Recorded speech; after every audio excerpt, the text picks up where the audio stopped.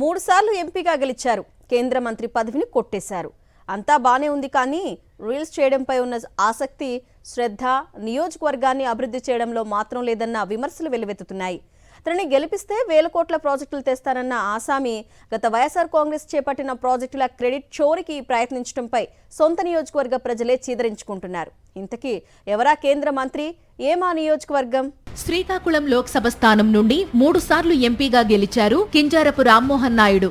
కేంద్రంలోని ఎన్డీఏ కూటమిలో ఉండడంతో కేంద్ర మంత్రి పదవి కూడా వచ్చింది. విమానయాన మంత్రి పదవిని సంపాదించారు. గత ఎన్నికల ప్రచారంలో రామ్మోహన్ నాయుడు అరచేతిలో వైకుంఠం చూపించారు. తనను గెలిపిస్తే లక్షల కోట్ల రూపాయల పెట్టుబడులు తెచ్చి వేలాది ఉద్యోగాలు కల్పిస్తానని నియోజకవర్గ యువతకు ఆశ పెట్టారు. అధికారం చేతికి దక్కాక హామీలు అటకెక్కించారు. కొత్తగా ఒక్క పరిశ్రమను తీసుకురాలేకపోయారు. గత వైఎస్ఆర్ కాంగ్రెస్ ప్రభుత్వ హయాంలో శరవేగంగా మొదలైన పోర్టు పనులను కూటమి అధికారంలోకి వచ్చిన తరువాత నిలిపివేయించారు రామ్మోహన్ నాయుడు. తమ కుటుంబానికి ఇవ్వాల్సిన వాటాలు ఇస్తేనే పనులు మొదలు పెట్టాలని పోర్టు అధికారులను బెదిరించారు. పనులు చేపడుతోన్న విశ్వ సముద్ర సంస్థ యాజమాన్యాన్ని బెదిరించి వాటాలపై డీల్ కుదుర్చుకున్నారు. ఆ తర్వాతనే పనులకు ఓకే చెప్పారు. ఆ సందర్భంగా పోర్టుకు వెళ్లిన అచ్చెన్నాయుడు పోర్టుకు తానే శంకుస్థాపన చేసినట్లు బిల్డప్ ఇచ్చారు. మత్స్యకారుల జీవన ప్రమాణాలు పెంచాలన్న లక్ష్యంతో ఈ జిల్లాలోని బుడగట్లపాలెంలో ఫిషింగ్ హార్బర్ నిర్మాణానికి శ్రీకారం చుట్టారు జగన్మోహన్ రెడ్డి.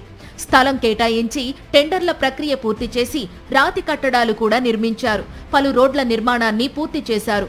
కూటమి అధికారంలోకి రాగానే హార్బర్ పనులను అర్ధాంతరంగా ఆపేశారు. తాము తెస్తామన్న కొత్త పరిశ్రమలు తేకపోగా జగన్మోహన్ రెడ్డి ప్రారంభించిన ప్రాజెక్టులను రాజకీయ కుట్రతో ఆపేయడంపై జిల్లావాసులు మండిపడుతున్నారు. రామ్మోహన్ నాయుడు విమానయాన మంత్రిగా ఉన్నప్పుడే ఇండిగో కంపెనీ నిర్లక్ష్యంతో విమాన ప్రయాణికులు నరకయాతన పడ్డారు. అతిపెద్ద సంక్షోభానికి మంత్రిగా రామ్మోహన్ నాయుడి నిర్లక్ష్యమే కారణమన్న విమర్శలు వెల్లువెత్తాయి.